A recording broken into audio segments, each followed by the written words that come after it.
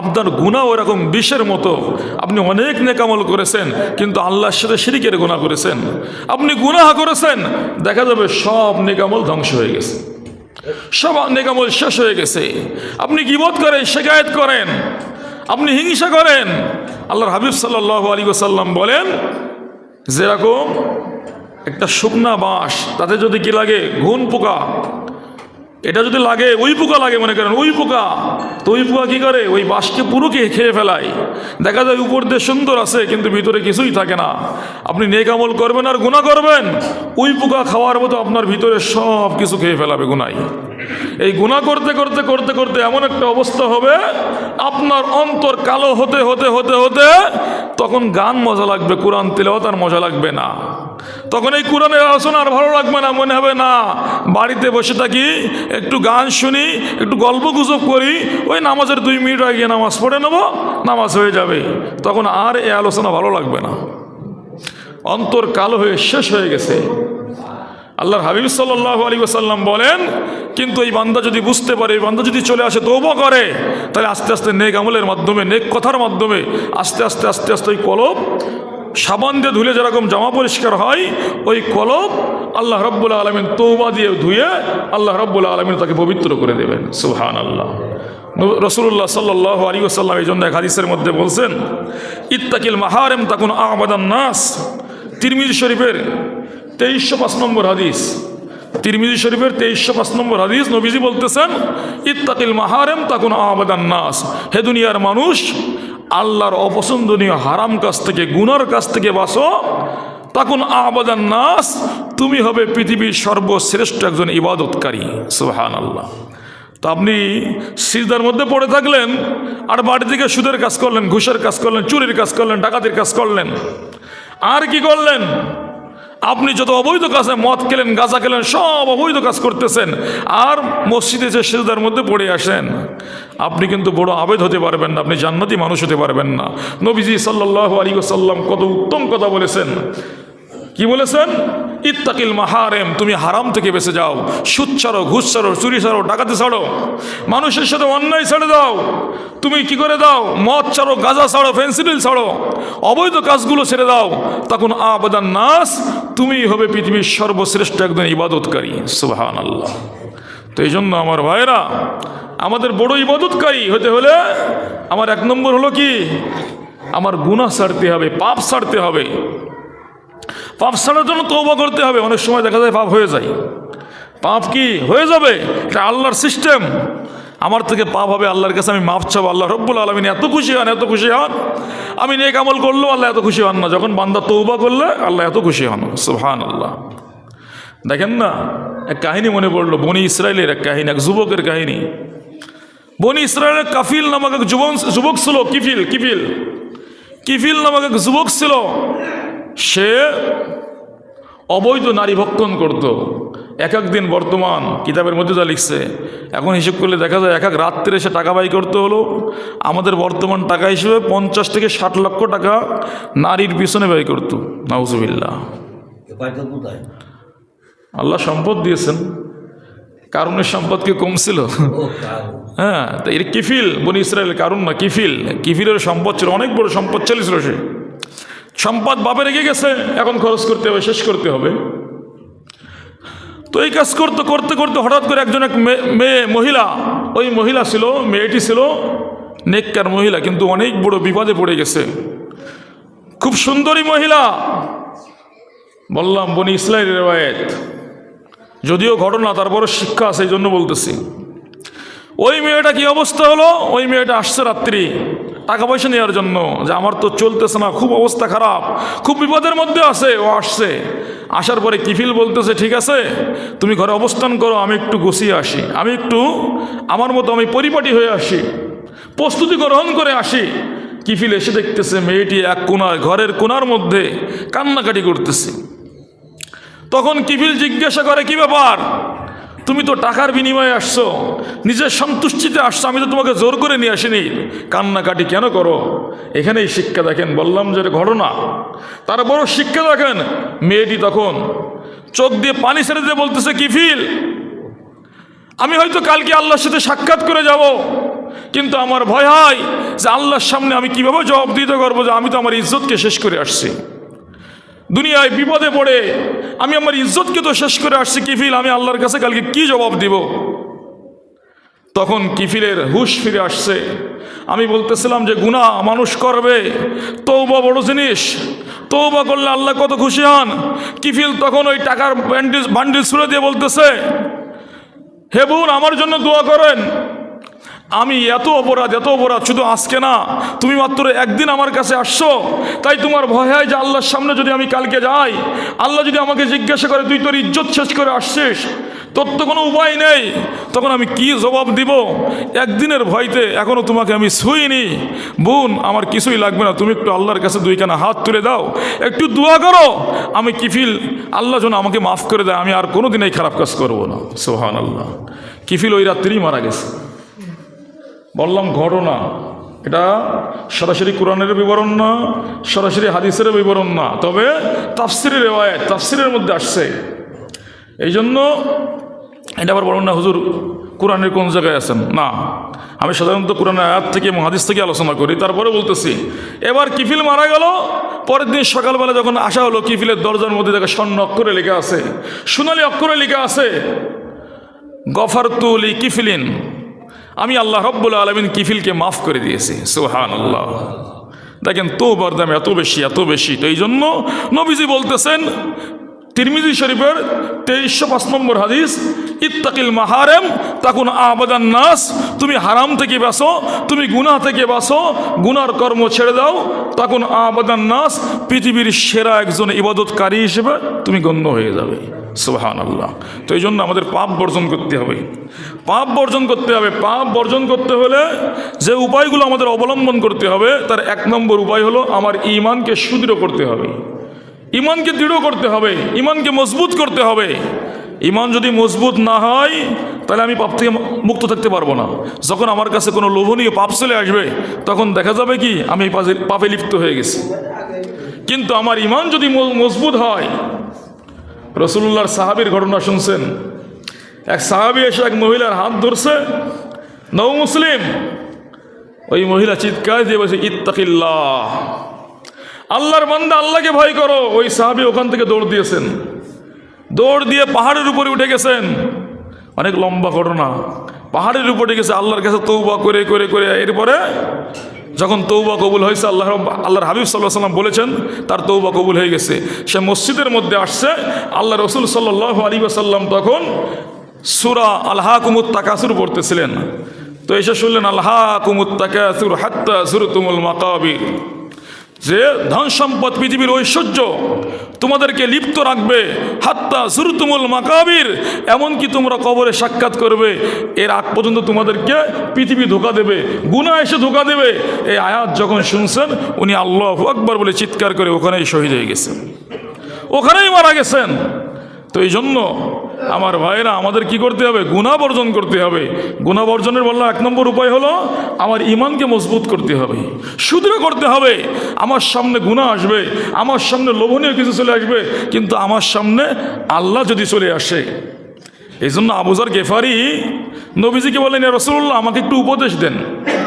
রাসূলুল্লাহ বারবার উপদেশ দিলেন, ইত্তাকিল্লাহ হাইসুমা কুনতা, হে আবু যর গিফারি যেখানেই থাকো না কেন সেখানে আল্লাহকে ভয় করো। সুবহানাল্লাহ।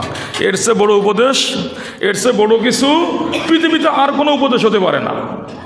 আমার গুনাহ আসবে, আমার কাছে মদ আসছে, শুকর আসছে, আমার কাছে ঘুষ আসছে, সব কিছু আমার কাছে আসছে, কিন্তু ওই সময় যদি আমার মনে পড়ে যে আমার আল্লাহ তো সবসময় আমার সাথেই আছে, তাহলে আমি সুদ ছাড়বো, ঘুষ ছাড়বো, চুরি ছাড়বো, ডাকাতি ছাড়বো, আমি নারী ছাড়বো, আমি মদ ছাড়বো, আমি গাঁজা ছাড়বো, সব কিছু ছাড়তেও ইনশাআল্লাহ আমার সমস্যা হবে না।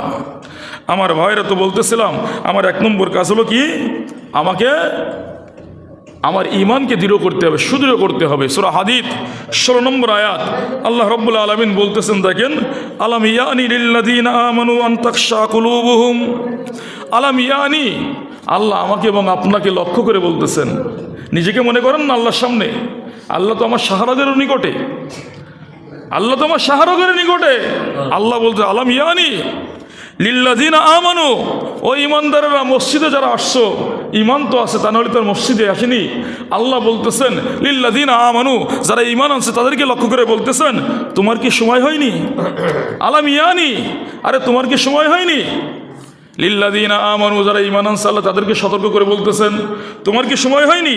আনতাকশা কুলুবুহুম লিযিকরিল্লাহ, যে আল্লাহ স্মরণ হওয়ার পরেও তুমি আল্লাহকে ভয় করবে না। দেখেন না, এই কথা আমাকে সম্বোধন করে বলার অর্থ হলো, হে মুমিন তুমি তো আমাকে বিশ্বাস করো, তুমি ঘরের কোনায় গেলেও আমাকে বিশ্বাস করো, লেপের নিচেই যখন থাকো তখনও আমাকে বিশ্বাস করো, ঘরের দরজা যখন বন্ধ হয়ে যায় তখন আমি আল্লাহ থাকি কিনা? এমন কোনো জায়গা আছে নাকি আল্লাহ জমিন থেকে বেরিয়ে গিয়ে আমি গুনাহ করবো আল্লাহ জানতে পারবে না? সব জায়গায় যখন আল্লাহ আছে, আল্লাহ বলতেছেন হে দুনিয়ার মানুষ, হে ইমানদার, আমাকে যখন বিশ্বাস করছো, যখন এমনই বিশ্বাস করো যে আমি সব জায়গায় আছি, তাহলে কেমনভাবে আমার নাফরমানি করো, আমাকে সেটা কিভাবে গুনাহ করো? ইয়া আইয়ুহাল ইনসান মা গররাকা বিরাব্বিকাল কারীম, রব ডাক দেন যখন আমি মসজিদকে ত্যাগ করে মসজিদের সামনে দিয়ে চলে যাই, যখন আমি গানের প্যান্ডেলের মধ্যে ঢুকে যাই, যখন আমি নারীর কাছে চলে যাই, যখন আমি মদের কাছে যাই, যখন আমি ঘুষের কাছে যাই, যখন আমি চুরির কাছে যাই, যখন আমি খারাপ কাজে যাই, আল্লাহ ডাক দিয়ে বলেন ইয়া আইয়ুহাল ইনসান মা গররাকা বিরাব্বিকাল কারীম, ও দুনিয়ার মানুষ, ইয়া আইয়ুহাল ইনসান মা গররাকা বিরাব্বিকাল কারীম, যেই রব তোর হার্ট দিল, যেই রব তোর ব্রেন ঠিক রাখছে, যেই রব অঙ্গ প্রত্যঙ্গ ঠিক রাখছে, ওই রব সম্পর্কে তোকে কে ধোঁকা দিল? যে ধোঁকায় পড়ে তুই আমার নাফরমানি করে মসজিদ ত্যাগ করে নামাজের দিকে আজান হচ্ছে, ইকামত হচ্ছে, আর আপনি মসজিদের বাইরে হেঁটে যাচ্ছেন। কোনো মুমিন যার ভিতরে ঈমান আছে সে কখনো এই রকম গাদ্দারি আল্লাহর সাথে করতে পারে না, আল্লাহর সাথে এত বড় গাদ্দারি করতে পারে না। যার ঈমান আছে যে নামাজ হবে মসজিদে আর আমি পাশ দিয়ে হেঁটে চলে যাব, আজান শুনবো আমি, আল্লাহ বলেন আল্লাহু আকবার আল্লাহু আকবার, বান্দা স্ত্রী নিয়ে আসো, স্ত্রীর থেকেও আল্লাহ বড়, বান্দা সন্তান নিয়ে আসো, সন্তানের থেকেও আল্লাহ বড়, বান্দা তুমি তোমার কাজকর্ম নিয়ে আসো, কাজকর্মের সে আল্লাহ বড়, বান্দা যে অবস্থায় আসো না কেন, আল্লাহু আকবারের অর্থ হলো সব ছেড়ে দাও, সব ছেড়ে দাও, সব কিছুতে আল্লাহ বড়। এরপর আল্লাহ কি বলেন? মুয়াজ্জিনের কণ্ঠে বলেছেন আল্লাহ হাইয়া আলাস সালাহ হাইয়া আলাল ফালাহ, নামাজে আসো, এখানেই তোমার সফলতা। হাইয়া এসো, সালাত মানে নামাজে, হাইয়া আলাল ফালাহ সফলতার দিকে আসো। তার মানে নামাজ পড়লে আপনি সফল হয়ে যাবেন ইনশাআল্লাহ। নামাজ পড়লে দেখবেন আস্তে আস্তে সুদ বিদায় নেবে, ঘুষ বিদায় নেবে, চুরি বিদায় নেবে। যদি আমাদের ব্যক্তি জীবন, পারিবারিক জীবন, সমাজ জীবন, রাষ্ট্রীয় জীবন, আমাদের আন্তর্জাতিক জীবনে যদি আমরা নামাজ কায়েম করতে পারি, সব জায়গায় নামাজের বিধান দিতে পারি, ইনশাআল্লাহ দেখা যাবে এদেশে চোর থাকবে না, দেখা যাবে এই দেশে ইনশাআল্লাহ কি থাকবে না? ডাকাত থাকবে না, খুনি থাকবে না, ধর্ষক থাকবে না, চোর থাকবে না, ইনশাআল্লাহ কোনো ইফতিজার এ দেশে থাকবে না। আমার ভাইরা, তো এই জন্য আমাকে কি করতে হবে? আল্লাহকে বললে চলবে না, আমার ইমানকে পাকা করতে হবে। আল্লাহ রাব্বুল আলামিন বলেন ওমা নাযালা মিনাল হক, আর যে কোরআন নাজিল করছি এটাও তুমি ভুলে গেলে? তোমার কি এখনো সময় হয়নি যে তুমি কোরআনের দিকে আসবে, তুমি আল্লাহর ভয়ের দিকে আসবে? এখনো কি সময় হয়নি? দেখেন সূরা নিসা, সূরা নিসা 108 নম্বর আয়াত, আল্লাহ রাব্বুল আলামিন আমাদেরকে আরও সম্বোধন করে বলতেছেন ইস্তাগফুনা মিনান নাস ওয়ালা ইস্তাগফুনা মিনাল্লাহ ওয়া হুয়া মাহুম। আল্লাহ বলতেছেন মানুষ, ইস্তাগফুনা মিনান নাস, তুমি যখন গুনাহ করো মানুষ থেকে গুনাহ গোপন করো। আচ্ছা, কেউ চুরি করলে কি সবার সামনে চুরি করে নাকি? চুরি করে না সামনে। আল্লাহ বলে ইস্তাগফুনা মিনান নাস, তুমি যখন গুনাহ করতেছো মানুষ থেকে গোপন করতেছো। ইস্তাগফুনা মানে গোপন করা, মিনান নাস মানে মানুষ থেকে গোপন করতেছো। আর ওলা ইস্তাগফুনা মিনাল্লাহ, অথচ তুমি আল্লাহর থেকে গোপন করো না। ওহুয়া মাহুম, অথচ মানুষ সবসময় তোমার সাথে থাকবে না, কিন্তু আল্লাহ সার্বক্ষণিক তোমার সাথেই আছে, সবসময় তোমার সাথে আছে। তারপরও আল্লাহ থেকে গোপন করো না। আসলে আল্লাহ থেকে গোপন করা সম্ভব নাকি? সম্ভব। এক ঘটনা মনে পড়লো, বললাম এই ঘটনাগুলো কিন্তু কোরআন থেকেও না, হাদিস থেকেও না। ঘটনাগুলো হলো শিক্ষার জন্য, বোঝার জন্য বলতেছি। কিতাবের মধ্যে আসছে, এক পৃষ্ঠায় বলেছে যে মুরিদদেরকে বলেছে পরীক্ষা করার জন্য যে তোমরা একটা কাজ করবে, তোমরা সকলে একটা মোরগ কালকে জবাই করে নিয়ে আসবে, কিন্তু ওই মোরগ যেন কেউ না দেখতে পারে, পৃথিবীর কারো চোখে, অর্থাৎ কেউ যেন না দেখতে পারে, এইভাবে জবাই করে নিয়ে আসবে। তো একজন গিয়েছে বাথরুমের ভিতরে, একজন গোসলখানার ভিতরে, ঘরের কোনায়, বিভিন্ন জন মুরিদ বিভিন্ন রকমভাবে কি জবাই করে নিয়ে আসছে। এক মুরিদ তো আস্ত মোরগ নিয়ে চলে আসছে, জবাই করতে পারেনি। এক মুরিদ আস্ত মোরগ নিয়ে চলে আসছে। পীর সাহেব জিজ্ঞেস করে কিভাবে জবাই করলো? সবাই বিভিন্ন তথ্য দিয়েছে যে আমি এইভাবে জবাই করলাম, এখানে গেলাম, কেউ ছিল না, হ্যাঁ কেউ ছিল না, কেউ দেখে নাই। কিন্তু যেই মুরিদ আস্ত মোরগ নিয়ে চলে আসছে বলতেছে আমি যেখানেই জবাই করতে গেছি দেখি যে আল্লাহ দেখে। আপনি বলেছেন কেউ দেখবে না, আমি যেখানে জবাই করতে যাই দেখি আল্লাহ দেখে, কেউ দেখে না, আল্লাহ দেখে, আল্লাহ দেখে, আল্লাহ দেখে, আমি কোনো জায়গায় জবাই করতে পারিনি। পীর সাহেব বললেন হ্যাঁ, আমার খলিফা হওয়ার উপযুক্ত তুমি, এছাড়া সমস্ত মুরিদ সবাই ফেল। অর্থ হলো, অর্থাৎ কোরআনের আয়াতকে আমি বুঝাইতে চাচ্ছি, আল্লাহ বলেন ইস্তাকফুনা মিনান নাস, তুমি মানুষ থেকে গোপন করো, ওয়ালা ইস্তাকফুনা মিনাল্লাহ, অথচ আল্লাহ থেকে গোপন করা তোমার একটু মন মানসিকতা তৈরি হলো না? আল্লাহু মাহুম ওহুয়া মাহুম, অথচ আল্লাহ তো তোমার সাথে সবসময় আছে। কথা বলুন না, আল্লাহ কি আছে আমাদের সাথে? সবসময় আছে। এই জন্য আল্লাহ রাব্বুল আলামিন অন্য আয়াতের মধ্যে বলেন ওয়াতাখশান নাস আল্লাহু আহাক্কু আন তাখশাহু, তুমি মানুষকে ভয় পাও। গুনাহ করলে মানুষ তোমাকে শাস্তি দেবে, গুনাহ করলে মানুষ তোমাকে একঘরে করে দেবে, গুনাহ করলে মানুষ তোমাকে শাস্তি দেবে, গুনাহ করলে মানুষ তোমাকে ভালোবাসবে না। তাখশান নাস, তুমি মানুষকে ভালোবাসো। আল্লাহু আহাক্কু আন তাখশাহু, অথচ আল্লাহই তো ছিল তোমার ভয় পাওয়ার সবচেয়ে উপযুক্ত স্থান। আল্লাহকে সবচেয়ে বেশি ভয় করার দরকার ছিল। আমার ভাইয়েরা, এই জন্য আমরা যদি আমাদের ইমানকে সুদৃঢ় করতে পারি, এই কথা মনে করতে পারি, ঘরের দরজা না বন্ধ করলে আমার আব্বা দেখলে আমাকে রাখবে না, আমার আব্বা দেখলে আমার সম্মান থাকবে না, আমার মার সামনে এই গুনাহটা করি কীভাবে, তো একটু চিন্তা ভাবনা করার দরকার। সবচেয়ে লজ্জা যার জন্য, যেই সত্যের জন্য করার দরকার, ওই সত্যের নাম হলেন আল্লাহ। যদি আমাকে গুনাহ করতে হয়, আল্লাহর চক্ষু ফাঁকি দিতে হবে। আল্লাহর চক্ষু ফাঁকি দেওয়া সম্ভব না, এই জন্য গুনাহ বর্জন করতে হবে, ইমানকে সুদৃঢ় করতে হবে। ইমান সুদৃঢ় তার মানে আমি গুনাহ ঘরের মধ্যে করতে পারি না, তা আমার ইমান সুদৃঢ়। আমি ঘরের দরজা বন্ধ করলেও গুনাহ করতে পারি না, তখন বলবো আমার ইমান সুদৃঢ়। কিন্তু আমি ইমামতি করি, ঘরের মধ্যে গিয়ে কী করি? ঘরের দরজা বন্ধ করে দিয়ে আমি একা কী করি? বিভিন্ন নভেল, নাটক বা বিভিন্ন জিনিস আমি মোবাইলের মধ্যে দেখছি, বিভিন্ন জায়গায় দেখতেছি। তাহলে বোঝা গেল আমি আমার মুসল্লিকে যতটুকু ভয় পাই, আমি আমার আল্লাহকে ততটুকু ভয় পাই না। তাহলে আমার ইমানের সমস্যা আছে। এই ইমান নিয়ে কিন্তু কী হবে না, আমি জান্নাত পর্যন্ত পৌঁছাইতে পারবো না। মাঝখানে জাহান্নাম আছে, জাহান্নামের মধ্যে আমি পড়ে যাব। আমার ভাইয়েরা, এরকম পাকা ইমান নিয়ে যদি আমরা যাইতে পারি, দেখেন বুখারী শরীফ 2441 নম্বর হাদিস, রাসূলুল্লাহ সাল্লাল্লাহু আলাইহি ওয়াসাল্লাম লম্বা হাদিস বলছেন, নবীজি বলতেছেন বিচারের ময়দানে, যেদিন বিচারের ময়দান শুরু হবে, সেদিন আল্লাহ রাব্বুল আলামিন যারা এই দৃঢ় ইমানই ছিল, ইমানদার ছিল, তারপরও শয়তানের ধোঁকায় পড়ে বড় বড় ইমানদাররা কী করবে, কোনো সময় গুনাহ করে ফেলাবে, পরে আবার খুব লজ্জিত হবে, আল্লাহর কাছে আফসোস করছে, আল্লাহ আমি তো ধ্বংস হয়ে গেছি, আমি তো শেষ হয়ে গেছি। আল্লাহ, সাহাবাই কেরামও গুনাহ করছে, পরে তওবা করছেন, খাস দিলে তওবা করছেন, এরকম তওবা করবে। তো আল্লাহ রাব্বুল আলামিন এই সুদৃঢ় ইমানদার বান্দাদেরকে ডাক দিবেন, বিচারের ময়দানে ডাক দিবেন, এই আসো, অমুক আসো। আসার পর আল্লাহ রাব্বুল আলামিন কুদরতে একটা পর্দা ফেলে দেবেন। বললাম বুখারী শরীফ 2441 নম্বর হাদিস। লম্বা হাদিস সম্পূর্ণ তেলাওয়াত করা সম্ভব না, এই জন্য আমি অর্থ বলছি, যতটুকু আমাদের দরকার আজকের আলোচনার সাথে ইনশাআল্লাহ সেটুকু তেলাওয়াত করব। তো আল্লাহ রাব্বুল আলামিন পর্দা ফেলে দিবেন, দিয়ে বলবে, বান্দা তুমি না এই গুনাহ করেছো? ও তো ইমানদার, ও বলবে আল্লাহ হ্যাঁ করেছি, তো ভুল হয়ে গেছে। এরকম অনেক গুনার কথা বলা হবে, বান্দা তুমি না এই গুনাহ করেছো, পর্দা কিন্তু ফেলাই দেওয়া হবে। আর অন্যদের বিচার হবে সকলের সামনে। ইমানদারের বিচার আল্লাহ রাব্বুল আলামিন কুদরতি পর্দা ফেলে বিচার করবেন, এই গুনাহ করছো, করছি। এরকম বলতে বান্দা তখন মনে করবে, আরে আমার মনে হয় জাহান্নাম ছাড়ার কোনো উপায় নেই। আল্লাহ তো সব জানে। আল্লাহ কি করেন? সব জানেন, যার্রা পরিমাণ গুনাহ সব হিসাব করছে আল্লাহ। তো যখন বান্দা নৈরাশ হয়ে থাকবে, একেবারে নৈরাশের মতো থাকবে, আল্লাহর দিকে চেয়ে থাকবে, তো আল্লাহ রাব্বুল আলামিন বলবেন কি শব্দ? আল্লাহ রাব্বুল আলামিন তখন বলবেন, সাতারতুহুমা ফিদ দুনিয়া, হে আমার বান্দা শুনে রাখো, দুনিয়ার মধ্যে আমি আল্লাহ এই গুনাহগুলোকে মানুষের সামনে প্রচার করে তোমার ইমামতিকে নষ্ট করিনি, তোমার মুয়াজ্জিনকে নষ্ট করিনি, তুমি মুসল্লি খুব ভালো মানুষ ছিলে মানুষের সামনে, তোমার সম্মানকে আমি আল্লাহ নষ্ট করে দিইনি। শুনে রাখো, ওয়ানা আগফিরু লাকাল ইয়াম, আমি আল্লাহ রাব্বুল আলামিন আজকেও তোমার গুনাহগুলো মাফ করে দিলাম। সুবহানাল্লাহ। আগে তো গোপন করেছিলাম, আর আজকে আমি আল্লাহ পুরো মুছে দিলাম, পুরো মাফ করে দিলাম। সুবহানাল্লাহ। এরপর আল্লাহ রাব্বুল আলামিন বলবেন কি? ফায়ুতা কিতাব হাসানাতিহি, তার নেক আমলের একটা কিতাব, তার আমলনামা তার হাতে দেওয়া হবে।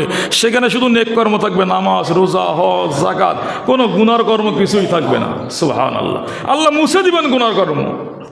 আমার ভাইরা, তো আমার ঈমান যদি সুদৃঢ় হয়, ইনশাল্লাহ আমরা পরকালে কী পাবো? ইনশাল্লাহ আমরা আল্লাহ রব্বুল আলমিনের ওখানে লজ্জিত হব না, ইনশাল্লাহ আল্লাহ আমাদেরকে জান্নাত দিয়ে দেবে। আমার ভাইরা, এই গুনাহ মুক্ত থাকার, পাপ মুক্ত থাকার দ্বিতীয় যে কাজ আমাদের করতে হবে, সেটা হলো আমাকে সবসময় মনে করতে হবে যে আমি আল্লাহর নজরদারিতে আছি। একটু আগেও বলেছি আমি আলোচনার মধ্যে, আল্লাহ আমাকে দেখতেছেন। দুনিয়ার কিছু দেখে না, কেউ দেখে না, কিন্তু আমার মালিক তো আমাকে দেখতেছেন। আল্লাহ রব্বুল আলামিন সূরা আলাক 14 নম্বর আয়াতের মধ্যে বলতেছেন, আলাম ইয়ালাম বিআন্নাল্লাহা ইয়ারা। প্রত্যেককে সম্বোধন করে বলতেছেন, এই সে কি জানে না? আরে তুমি কি জানো না যে আল্লাহ সব কিছু দেখেন? বান্দা, তুমি কি জানো না যে আমি সব কিছু দেখি? তো এই জন্য আল্লাহ আমাদের সব কিছু দেখেন। শুধু তাই নয়, দেখেন এক হাদিসে ঘটনা আসছে, বলে অমাবস্যার গভীর রাতে যদি গভীর জঙ্গলের মধ্যে কোনো কালো পিঁপড়া হাঁটে, কথাগুলো বোঝেন, অমাবস্যার রাত, গভীর রাত, আবার গভীর জঙ্গল, আবার কালো পিঁপড়া কিন্তু লালটা না, বলছে কালো পিঁপড়া হাঁটে, ওর পায়ের যে শব্দ হয়, পাথরের উপর দিয়ে হাঁটতেছে, পায়ের যে শব্দ হয়, পা কোথায় কোথায় পড়তেছে আল্লাহ রব্বুল আলামিনের সে খবরও আছে। সুবহানাল্লাহ। গাছের কোন পাতা কখন নড়ে, কোন পাতা কখন ঝরে যায়, কোন পাতা কখন সবুজ থাকে, আর কোন পাতা কখন কি হয়, হলুদ হয়ে যায়, আল্লাহ সব জানে। এই জন্য গাছও কিন্তু মালিককে চেনে। দেখেন না, আমরা শুনি মাঝে মাঝে গাছের থেকে আওয়াজ আসে, কি একটা শো শো আওয়াজ আসে।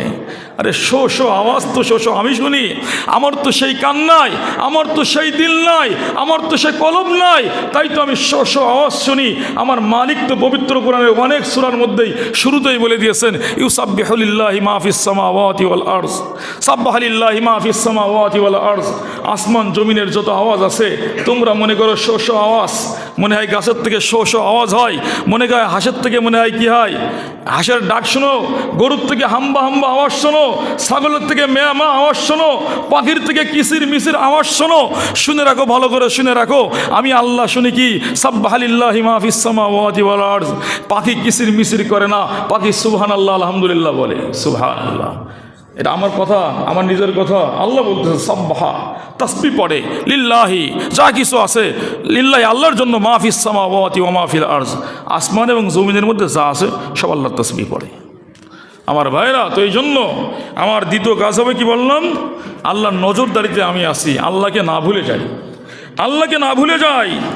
দেখেন, এই জন্য স্মরণ রাখতে হবে, তিরমিজির এক হাদিস মনে পড়লো, 2416 নম্বর হাদিস। রসুল্লাহ বলে সাল্লাল্লাহু আলাইহি ওয়াসাল্লাম বলেন, কোনো বান্দা বিচারের ময়দানে এক পাও সামনের দিকে যাইতে পারবে না জান্নাতের দিকে, যতক্ষণ পর্যন্ত 5টি প্রশ্নের উত্তর না দিবে। 1 নম্বর প্রশ্ন হলো, তোমার জীবন কিভাবে কাটাইছো বলো। এরপর দ্বিতীয় প্রশ্ন হলো, তোমার যৌবন কিভাবে কাটাইছো বলো। যৌবন, জীবন আবার যৌবন এটা আলাদা করেছে, বুঝছেন, মানে যৌবনকাল অনেক গুরুত্বপূর্ণ হওয়ার কারণে। এরপরে জিজ্ঞাসা করা হবে, তুমি যে সম্পদ কামাইছিলে কিভাবে কামাইছিলে বলো। সম্পদ ব্যয় করেছিলে কোথায় ব্যয় করেছিলে বলো। তোমার যে এলেম ছিল তুমি জানতে 5 ওয়াক্ত নামাজ পড়োস, 5ম প্রশ্ন হলো 5 ওয়াক্ত নামাজ পড়োস, বা এইগুলো তুমি জানতে, সেগুলো আমল করছে কিনা বলো। এই 5 প্রশ্নের উত্তর না দেওয়া পর্যন্ত জান্নাতের দিকে আপনি একটা কদমও ফেলাইতে পারবেন, একটা কদমও কি করতে পারবেন না, ফেলাইতে পারবেন না। তো এই জন্য আমার ভাইরা, আমাকে কি করতে হবে, আমি যে আল্লাহর নজরদারিতে আছি, আমার জীবন যে আল্লাহ দেখতেছেন, আমার যৌবন যে আল্লাহ দেখতেছেন, আমার কামাই যে আল্লাহ দেখতেছেন, আমার খরচ করাও যে আল্লাহ দেখতেছেন, আমার এলেম, আমি জানি নামাজ ফরজ, এটাও আল্লাহ দেখতেছেন, আল্লাহ জানেন। আমাকে সব কিছুর জবাবদিহিতা আমাকে করতে হবে আল্লাহর সামনে। আমার ভাইরা, তো এই জন্য আমরা আল্লাহর নজরদারিতে আসি, এই বিশ্বাস নিজেদের ভিতরে লালন করেন, ইনশাল্লাহ আপনি পাপ মুক্ত হতে আপনার কী হবে, সহজ হবে, ইনশাল্লাহ পাপ মুক্ত হয়ে যাবেন ইনশাল্লাহ। 3 নম্বর যে কাজ, সেটা হলো আপনাকে কোরআন ধরতে হবে। হেদায়েতের গ্রন্থ কোরআন, এই গ্রন্থ সম্পর্কে আল্লাহর হাবিব সাল্লাল্লাহু আলাইহি ওয়াসাল্লাম দেখেন, সহিহুল জামের 34 নম্বর হাদিস, সহিহ হাদিস, সহিহুল জামে মানে সহি গ্রন্থ, এই গ্রন্থের মধ্যে হাদিস সহি। রসুল্লাহ বলতেছেন, দেখেন লম্বা হাদিস, আমি কিছু আপনাদেরকে শোনাই। রসুল্লাহ সাল্লাল্লাহু আলাইহি ওয়াসাল্লাম বলতেছেন, ফাবশিরু ফাইন্না হাযাল কুরআন তারফাউ বিয়াদিল্লাহ, তোমরা এই কোরআনের ব্যাপারে সুসংবাদ গ্রহণ করো।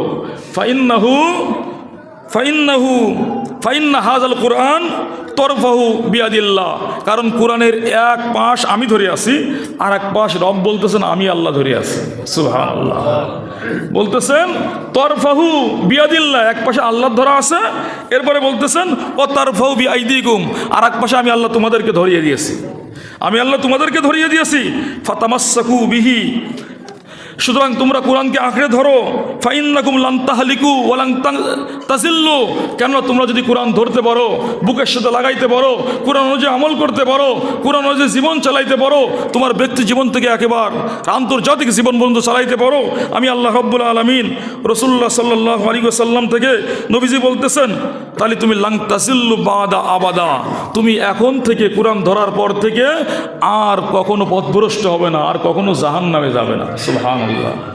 কারণ এক পাশে আমি, এক পাশে আমার রব ধরে আছে, এক পাশে আমি ধরে আছি, আর এক পাশে কে ধরে আছে? আমার রব ধরে আছে। বলে কোরআন ধরো, ফালাং তাহলিকু, তুমি ধ্বংস হবে না, ওয়ালাং তাজিল্লু, আর তুমি গুমরা হবে না। কত সময়? বলে কখনো তুমি আর গুমরা হবে না, কোরআন ধরে আসো, আমি আল্লাহ তোমাকে নিয়ন্ত্রণ করবো, আমি আল্লাহ তোমাকে জান্নাতে পর্যন্ত পৌঁছাই দেবো। সুবহানাল্লাহ। তো এই জন্য আমার তৃতীয় কর্ম হলে পাপ মুক্ত থাকার জন্য আমাকে কি করতে হবে? কোরআন ধরতে হবে, কোরআন ধরতে, কোরআনের উপর আমল করতে হবে। 4 নম্বর দেখেন, একটা আমি বলে দিই, 4 নম্বর আমল যেটা, সেটা হলো পাপকে বড় মনে করতে হবে। সবসময় মনে করতে হবে পাপ একটা করছি। আল্লাহ রাসূল সাল্লাল্লাহু আলাইহি ওয়াসাল্লাম বলেছেন, যখন পাপ করে মুমিন তখন মনে করে যে পাহাড় মাথার উপরে চলে আসছে, পাহাড় মনে হয় আমার উপর এখন পড়ে যাবে, আমি ধ্বংস হয়ে গেছি। আর যখন মুনাফিক পাপ করে, কাফের পাপ করে, তখন মনে করে একটা মাছি বসছিল, তাই দিলাম চলে গেল। তার মানে তার কাছে পাপের কোনো গুরুত্ব নেই, পাপের কোনো গুরুত্ব নেই।